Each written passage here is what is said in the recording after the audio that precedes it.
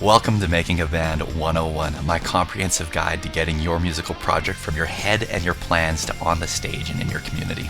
This podcast is designed for individuals and groups that are either new to musical performance or re-energizing their project. All 7 episodes are chock full of industry tips, tricks, and secrets, and will give you the knowledge and the confidence to create success in a robust musical portfolio. I'm Drew Jones, and I can't wait to get you in my head and give you all the essential knowledge I've obtained in a 20-plus year music career with thousands of onstage hours and a performance portfolio. Without further ado, let's get into it. Up here in Canada, we celebrate a little tradition before Christmas called Tibbs Eve. It was originated on the East Coast because from Christmas Eve and onwards, you spend time with your family. So the day before Christmas Eve was a time that you celebrate with your friends. And so it's called Tibbs Eve. It's basically Christmas Eve Eve. It's on December 23rd. And it's kind of like these kitchen party type, social events that happen. And it's wildly popular out on the East Coast, and all the East Coast and Irish bars across the country sort of celebrate it, and they usually pair it up with live music and a really good time. So it's essentially like a go to a bar, celebrate Tibbs Eve on December 23rd, get drunk with your friends and have a blast.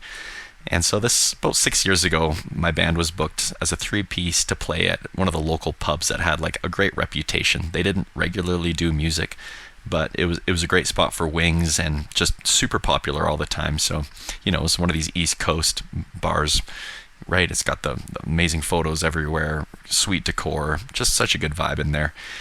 And we connect with the owner, and the plan was to bring in our 3-piece. It was just going to be like our drummer on a snare, our fiddle player, myself on acoustic guitar, and we're going to set up in the corner of the one room. It's one of these multi-layered little pubs, right? Total Irishy type situation, Irish pub situation. Really charming. We're going to set up in the corner, bring in a speaker, and just kind of in our soundboard and just start ripping.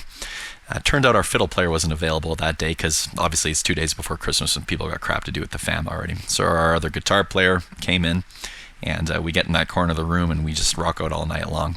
I remember they didn't pay us really well. It was like maybe $100 per person, but the drinks were flowing. We had an open tab, and we played for 3 or 4 hours, and the crowd was so rad. Like we just had a blast. So the amount of pay and everything else didn't really matter. It was seriously such a good time. And I remember leading up to the gig, a few of our buddies found out that we were playing just because we were chatting and whatnot.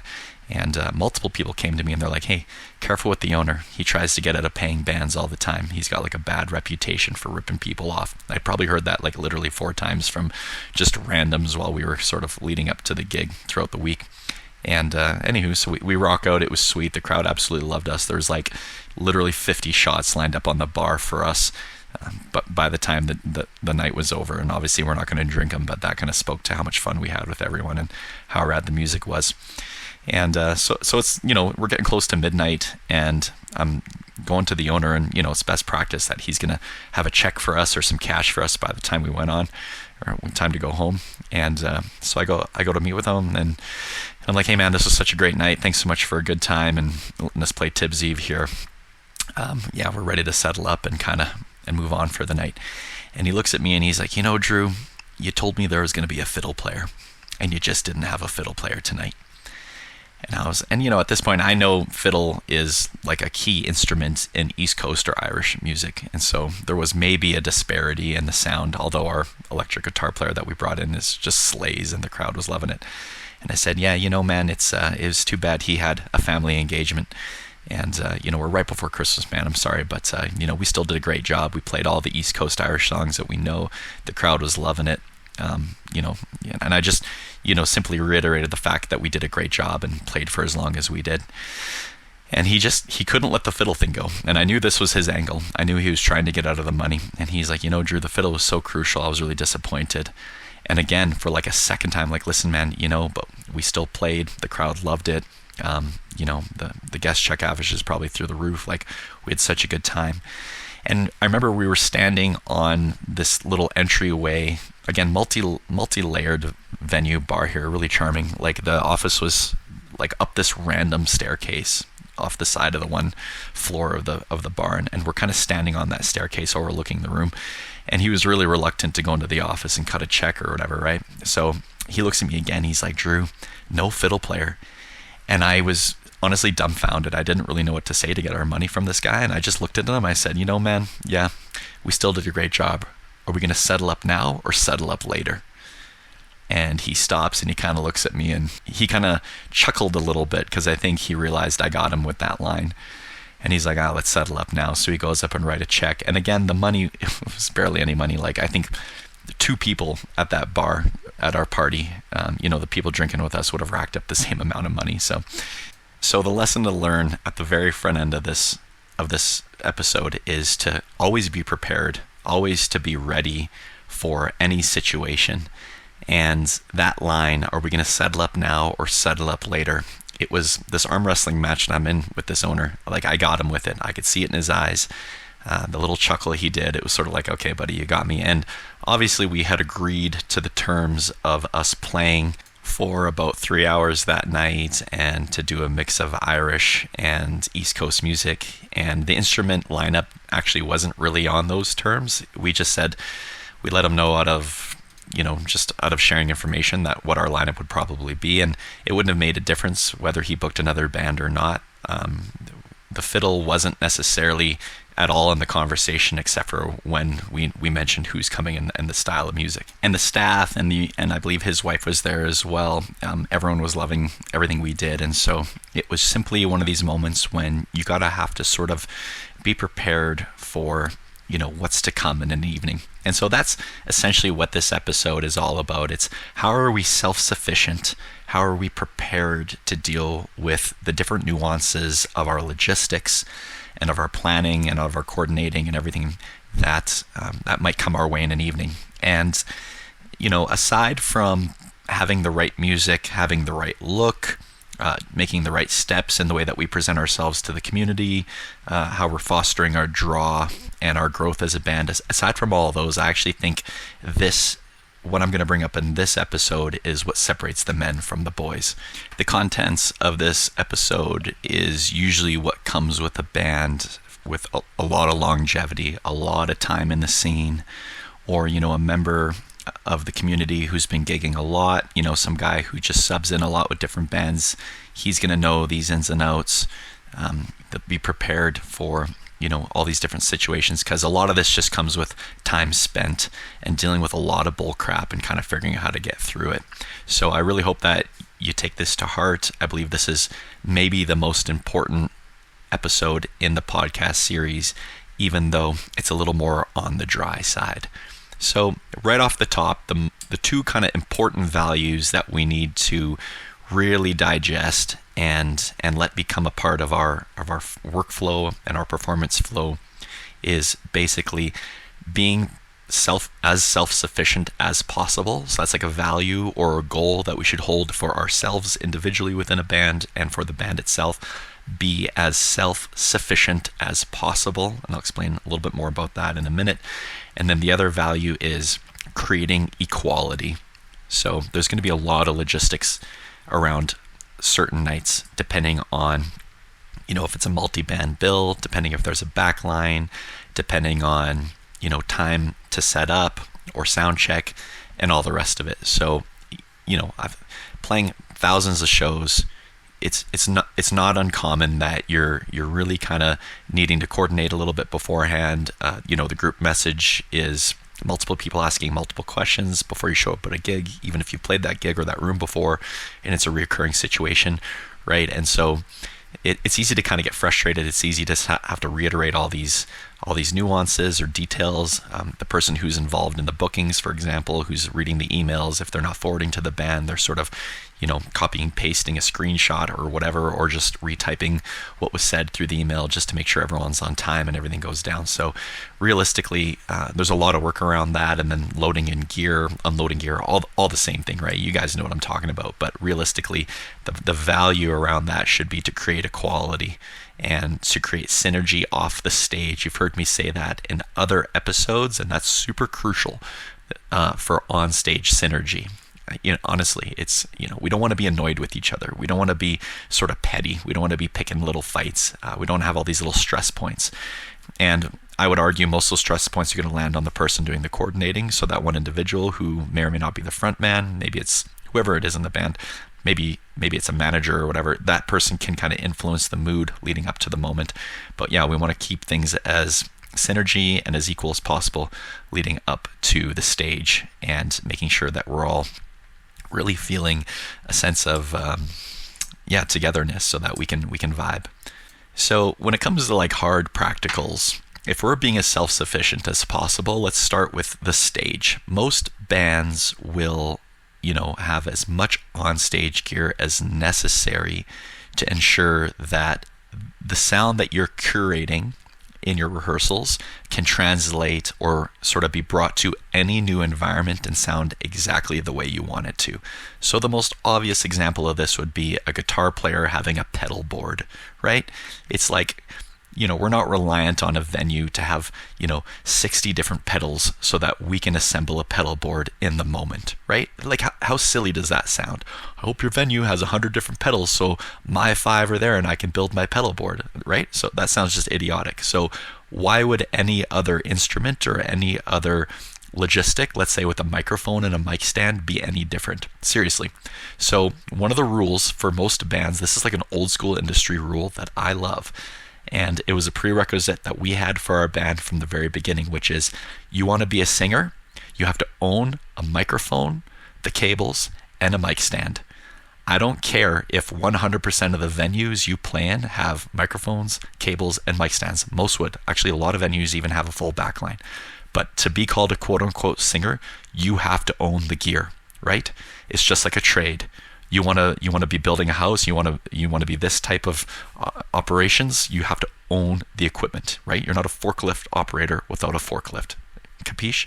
So whatever happens in your band, if you want to fill, a role, you have to own the gear, period. And you want to be as self-sufficient on the stage as possible so that your sound translates.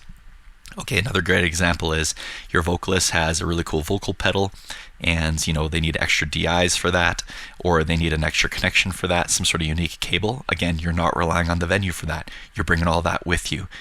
It's a shame when you forget something at home and you need to sort of, miss the mark on your design or your sound and the things that you wanted to have. That is a shame. It's like, damn it, I forgot it. But it'd be even worse or weirder if you're reliant on the venue for a unique pedal, again, or like a DI or these types of things. And every once in a while you walk into a situation where the room is pretty bare, right? It's going to have a stage, it's going to have a sound system, but they might not have all the gear you need because it's just sort of like the joint around the corner owned by mom and pop. And they're usually working with 1 or 2 house bands. And all of a sudden, you talk to them about getting in there and you arrive on the scene and there's like literally nothing there. And it's like, shoot, boys, we don't have any of this gear, right? So that's a hand slap on you. Shame on you. You need to have whatever gear you need to curate your sound needs to come in with you, right? We're as self-sufficient as possible. The burden's on you. And the best part about this is that your sound will always be consistent. Believe it or not, you're not babies. You don't want to be reliant on the venue ever, period, right? Like you want to have your sound. You want to bring your experience to that room. You want to own it. And you want to be able to plug in and have basically all the sound that you've designed coming through those mains as closely as possible. When you work with the best bands, their on-stage EQ isn't designed with that sound guy there. You're going to play festivals or bigger venues where the sound guys are super talented and they'll get the reverb just right. Or they'll sort of tweak the highs and lows, or right, they'll just EQ it perfectly. So, but we're not reliant on A++ sound guys at the best venue in the city because we're not working with them all the time, and that's just maybe not what the deal is. But you can arrive at A++ sound in your rehearsal, and you can arrive with A++ gear over the longevity of your band and your stake in your musical community, and you can make sure that when you and your boys roll up to a gig that what you control on stage is A++ every time. And that feels great. That feels so good to know that you don't have to ask 100 questions in an email beforehand to make sure that they are spoon feeding you your success, right? That's not up to the venue. That's completely up to you. And, forgive me for sounding a little bit preachy in this episode, but this is what separates the men from the boys. And too many people get frustrated in the scene They get too frustrated in after playing multiple venues when they go in unprepared, and that's just not professional. And so let's talk about what's in your gear bag then. And let's talk about what is required for you and how to make sure that your on-stage experience is as successful as possible. So I'm going to just let you know exactly what's going on in my gear bag, as I'm the lead vocalist and I play an acoustic guitar most of the time when we're gigging. So I have this really sweet custom-made sort of pullover one-strap bag. It's made by a local guy out of Bison Leather. I just have to tell you that it's such a freaking sweet bag. My family bought it for me for my birthday years and years and years ago. It's like the quintessential perfect gigging bag. And that thing, along with my guitar and maybe a stand or two, is really all I'm walking into a venue with. I'm fully self-sufficient. So what's in that bag exactly? I've got 3 microphones in there. 2 because they just have never left the bag, and you never know when you're going to need another microphone or 2. I have enough cables for my acoustic, which would run out of a DI, and my microphone. So I've got 2 XLRs, and I keep a third one in there as like a spare, because so many shows we just need an extra XLR, whether we're running our own sound or not. Crap happens, or somebody's XLR kind of cuts out, or you're troubleshooting something and you just need it. So the rule of thumb for me is always keep 1 extra XLR than what you need. Currently, I only have 1/4 inch in my bag. I should probably have a second one in there, but I know Mike and Ethan both have 2 or 3 on them at any given time. I have 2 sets of strings. I have our in-ear setup in there with not only do I have regular earplugs, my musician's earplugs, but I also have my in-ear headphones. Many guys in our band have an extra set of in-ear headphones because those things are super prone to breaking. I don't know why. Even the expensive ones just seem to break all the time. So we run with that. I've got a DI, my tuner, all the cables needed, including an extra power cable because those seem to crap out frequently as well. Extra sets of batteries for everything. And I have a shaker because you never know when that drunk old lady comes up to the show and she's like, I want to play in the band. You're like, here's a shaker lady, and she just rocks out beside the stage all night long. That happens all the time. But yeah, no, that's just that's funny. I just had to bring that up. But so it's essentially everything I need, and I'm self-sufficient there. And of course, I have my mic stand as needed. It's always sitting in the car. I bring every once in a while, I'm reading chord sheets and or looking at a new song that we've written in my little binder, so I also bring a little music stand as well. This sounds like a decent amount of gear, but my bag isn't huge. It's maybe like 1 foot by 1 foot, and it's got multiple compartments, and everything in my bag has a spot it goes immediately back to. And so it's really easy to forget gear. You'll be working with many forgetful musicians, and it's simply because there's just a lot going on, and it's easy to, leave something on stage versus put it back in your bag. So when you're packing up for the night and when you are creating rhythms so that you don't forget things, it's really nice for your gear to have a very specific spot in your bag.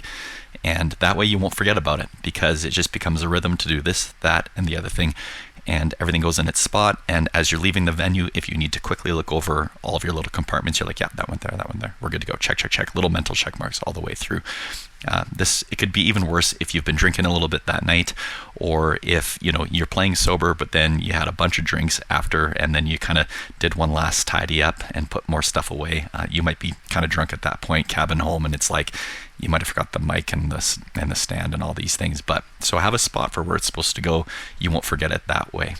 And the amount of gigs where even the amazing venue we're playing has all the gear, where the DI for whatever reason just isn't working, or something went weird, or a microphone is just gross, right? I think it's best practice these days that most people bring their own microphones. I've got a great condenser microphone I use, and I just prefer it. I'm not so much about the germs, but more about just like the way my microphone makes me sound. So I have a preference there. But yeah, it's like you never know, even in an amazing venue with all the gear and an amazing backline, that you have to whip something out, and it's kind of on you, so you're good to go. And so for the musicians in the room, we're going to be rolling with our drum kit depending on the gig. We're going to be rolling with our amps, our pedal boards, our cabs, all these different things that would come along with it. And so I would say, as you're going along in your musical journey and acquiring this gear, that eventually you just acquire the microphones you'll need as well. Guitar players, it's pretty standard. I think that most will have, an amp microphone with them. They're not cheap, specifically the good ones. So, new guitarists might not have this right away, but, all the old boys I play with do. And I think that's just like a goal you want to have as you're acquiring gear. Drummers, same thing. It's like less common for a drummer to have all their own mic stands and mics for their kit, but you never know when you need it, or you never know when you want to lend it out or rent it out or whatever. And the drummers I play with now all have mics as well. And 95 times out of 100 they're sitting at home, but when you're required to run your own sound, or when you're required to do some sort of pop-up gig or whatever, that you have it with you. Again, these things, especially if we're talking drummers, you can rent that stuff for pretty cheap, usually at most local spots, and only like the kind of hardcore nerds want to go out there and actually acquire it. But yeah, we're all nerds, we're all hardcore nerds, and we love acquiring it and having it. And, the reason I bring up the details of my bag and the details of, and all these funny little things and the little compartments and whatnot is because, I love to really celebrate what this is. I have sentimental value in all these things. This is my passion. This is what I'm excited about. I get to monetize my talents and do the thing I love with all my best buds, and I made it special, right? And so I'm just saying these things because I want you to make it special. I want you to become, enthusiastic about all the little, secret little things you have, and all that one cable that's lasted you for like 10 years. And it's the meme, man. You're like, oh, my cables are like my children. It's like they are, you know what I mean? When a cable breaks after 10 years, you're like, no. So yeah, it's like, have all the things that you love on you. And it's going to be hugely sentimental value to you. Music gear is being handled all the time. It's on and off stages. It's getting wet. It's getting dirty. This crap will last for you. Like, it's built to last. I'm astounded at how long most music gear lasts, and we do create sentimental value to it. So, put everything in its right place. Get a special bag. Go the distance to make it unique for you. And these are the things that'll be wrapped up in your memories. And one day when it's all said and done, you're going to hang that stuff up, and you're just going to every time walk past it and just remember all the good times you had. So truly, get into it, make it awesome, and really own your experience.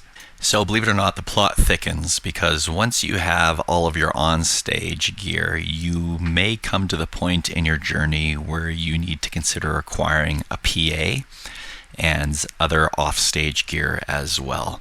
So for about 3 years of my current musical project, we didn't kind of have the need to acquire anything around the stage until we were invited to play more corporate gigs and more wedding gigs.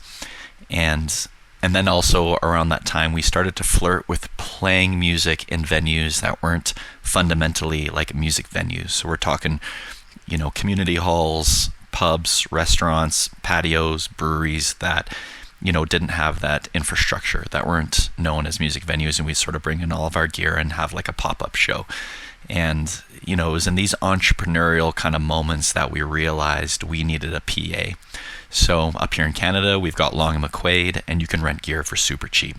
And we started doing that. But then I thought, what, screw it. We're renting gear so much, actually. So about 50% of our gigs by about the 3 to 4 year mark became gigs where we were running our own PA. Now it's like 80% of our gigs we're running our PA all the time. And I'll get more about that later. But, so we were renting this gear, and we just did a rent-to-own situation. And, over the span of about 2 years, we ended up acquiring as much off-stage gear as was required. Without a stage, we don't own a stage just now. That's something that we're considering for the future, though, and really building out more of our sort of value proposition around the stage itself and the decor and everything that we're bringing with us. That's kind of the next evolution of our situation, but currently right now we have all the on-stage gear we need, and then of course the PA and everything we would need to bring to a room to make sure that we can run a show exactly the way we need to. That goes so far as we have our own in-ear rig, and all the PA requirement required to mix our in-ears and the front of house and all the rest of it. So we have a pretty robust setup, and it all fits in the van, and we rip around like the Guardians of the Galaxy, basically creating musical moments in our community. Nothing holds us back, and we're completely self-sufficient to enter any kind of space, indoor or outdoor, and bring an outstanding performance. So it was when we were playing with the Calgary Flames. They had us, obviously, I've mentioned in previous episodes, they brought us into playing in the stands, and we had these in-game performances, and then we would play after the game in the clubhouse to, hundreds and hundreds of people for these after-game performances / parties where people would just pop off and have a blast. And we would run our own gear in that situation. So we brought our in-ear rig with us, which had the ability to, save all of our EQ on the little iPad. And we had a pretty cool mix. And it was working with, one of the best sound teams in the city, FM Sound, that one of their guys came in there. And during one of our post-game performances, this dude used to mix Nickelback, if that means anything to anyone. He used to mix that band. He's an outstanding sound guy. And he came in and he basically saved an outstanding EQ on our iPad for us for our front of house. And so, when you have those mechanisms set up, and when you can save that intellectual property, and when you can have this like outstanding EQ, and you're just fully self-sufficient, and you're so confident that no matter the type of gig, right, top-notch venue in the city asks you to come in, you're sending the emails, you're learning about who's there, what's there, and that's easy. So of course you're taken care of there. They're going to baby you, life is good. But on the other hand, big time company calls you in to play at a golf course. They don't have any sound system or anything. You're like, hey, either you're including all of that in your checklist for a rental, or you just have it. So this is kind of late game stuff I'm talking about. At the highest level, you'll see these massive tour bus come in, and they're running massive amounts of lights, stages, all the rest of it, right? So this is kind of a smaller version to that, and it might make sense for your project to gear up that way eventually. You might be in a town or a city where there's a lot of opportunity, but not a lot of quote-unquote music venues, and so you will have to run your own gear. And so I hope any of this is inspiring you or creating awareness that you can run your own show. We're not dependent on these venues. We're not dependent on the scene to sort of set us up. You can take this thing by the reins, and you can control your own destiny and really get going on it, and be that garage rock band that or whatever you are, right? You can be having fun with it. You can just be kind of free flowing with it, but you're like, we're not afraid to introduce a system or a music to any type of unique venue or a unique experience as required. And as you start to collaborate in these entrepreneurial ways with the different musical environments that may present themselves in your town or in your neighborhood, this is where the possibilities become endless, and it's super exciting. And you can create a flow for your band that wouldn't have existed otherwise. And if you're listening to this and you're like, Drew, I just don't know how to mix anything, like I don't have experience with a soundboard, that's something that you might acquire over months or years that you're playing. I came in really green about those details. I didn't know how to EQ or turn on a soundboard or do anything, and we had a guitar player, one of our first guitar players in the band, was a touring guitar player for like 20 years, and he was kind of over the hill at that point, but he came in to rock out with us for a couple of years, and he knew how to do all that. So when we go into these smaller venues and we were required to run our own sound, right, they'd have like a PA set up and a little soundboard on the side of the room. You plug in, run your own sound. Small pubs are often like that. They don't have the budget to book a sound guy, and it's required that you kind of know how to like turn it on and level up and whatever. So that was Stu. He would kind of do that for us, and over the months and a couple of years that he was with us, I got Stu. I was like, hey man, you got to show me how to run a soundboard, and it's not difficult to use a little board like that. But that being said, there also might be guys in your community that can either teach you, or someone that can come and saddle up beside you and run that with you for the first few, and kind of set you in motion. So that's been my experience. The old boys and the old dogs in the scene love to share information. They love to help young or inexperienced bands kind of rocking and rolling. The amount of times I've helped people is like countless. So I have a bit of a flow in my local community. I've had bands call me up, or I'll show up or whatever, and I'm happy to do that as well. And basically every guy in my band is essentially like that. And then I know like 100 other people that are just as eager to lend a helping hand for free or to share some knowledge, right? Hence this podcast series. So realistically, like, don't let the knowledge hinder or burden you if you're becoming a part of your community. As I've suggested in other lessons and in other episodes, like if you're becoming part of your community and finding synergy around like-minded people, it's simply about learning what people know and asking them if they can help you out at that next gig where you're going to run your own system. A couple other nitty-gritty details I wanted to list in this episode was certain nuances around emailing. So if you are the coordinator for your band, or if you have some influence on how your band is communicating with venues and people around any type of opportunity, what you need to keep in mind and what you should really focus on is being as exact and as timely as possible in your communication. So this is all coming from the side of me and the knowledge that I have in booking at multiple venues. And so as the guy, booking bands at venues, what is super common is even long-standing musicians, like career musicians and bands, asking I'd have to say, it's just the dumbest questions over and over and over again. And clearly they are on autopilot, or they're anxious, or, they haven't visited the venue frequently, or what. I'm not sure what it is, honestly, but I get these, 10 plus career guys who have played the venue, like just re-asking the dumbest questions, and it's super frustrating. And I don't got time to answer those questions. I'm not getting paid enough. Like, you know what I mean? I don't really hold that mentality, but if someone did, they'd be justified. So the best bands I've worked with are extremely exact in what they require to know. Like, here's our stage plot. Let us know if we need to bring anything. Let us know what time we're on. Sound check, play time, The venue usually has these things templated. If they've got any sense of professional flow, or they have a contract they'll send, so it's all kind of automated. But so we don't want to lead with like 100 really dumb questions for the venue. One, we're trying to be as self-sufficient as possible. Another really good rule of thumb is if you're playing a new venue, get in there a week before you play. Seriously, just walk through, go get a beer, go talk to somebody, just make a point to get out there and walk through, just lay eyes on the stage. You don't even have to ask questions. You just want to see what's happening. Go catch a show the week before, whatever, right? Like, it'll answer all your questions about a backline, all these little things. So, take the matter into your own hands. Always walk through a new venue, just see what's up. A lot of the old dogs in this industry, including myself, love phone calls. So, jump on a phone call if it makes sense, especially if it's like a bigger gig and there are a lot more strings attached because it's at a festival or a massive venue, or you're opening for a big band. The booking guy might just want to get you on the call, so do it and just run all those details real quickly, check box everything, and kind of take notes and throw all that at the band in the group chat. Make sure everyone's good to go on that. There's this whole idea that's kind of been percolating through the internet recently, specifically on the internet, around relationships, and it's about like eliminating or helping with like the mental load, and or talking about like micro stresses.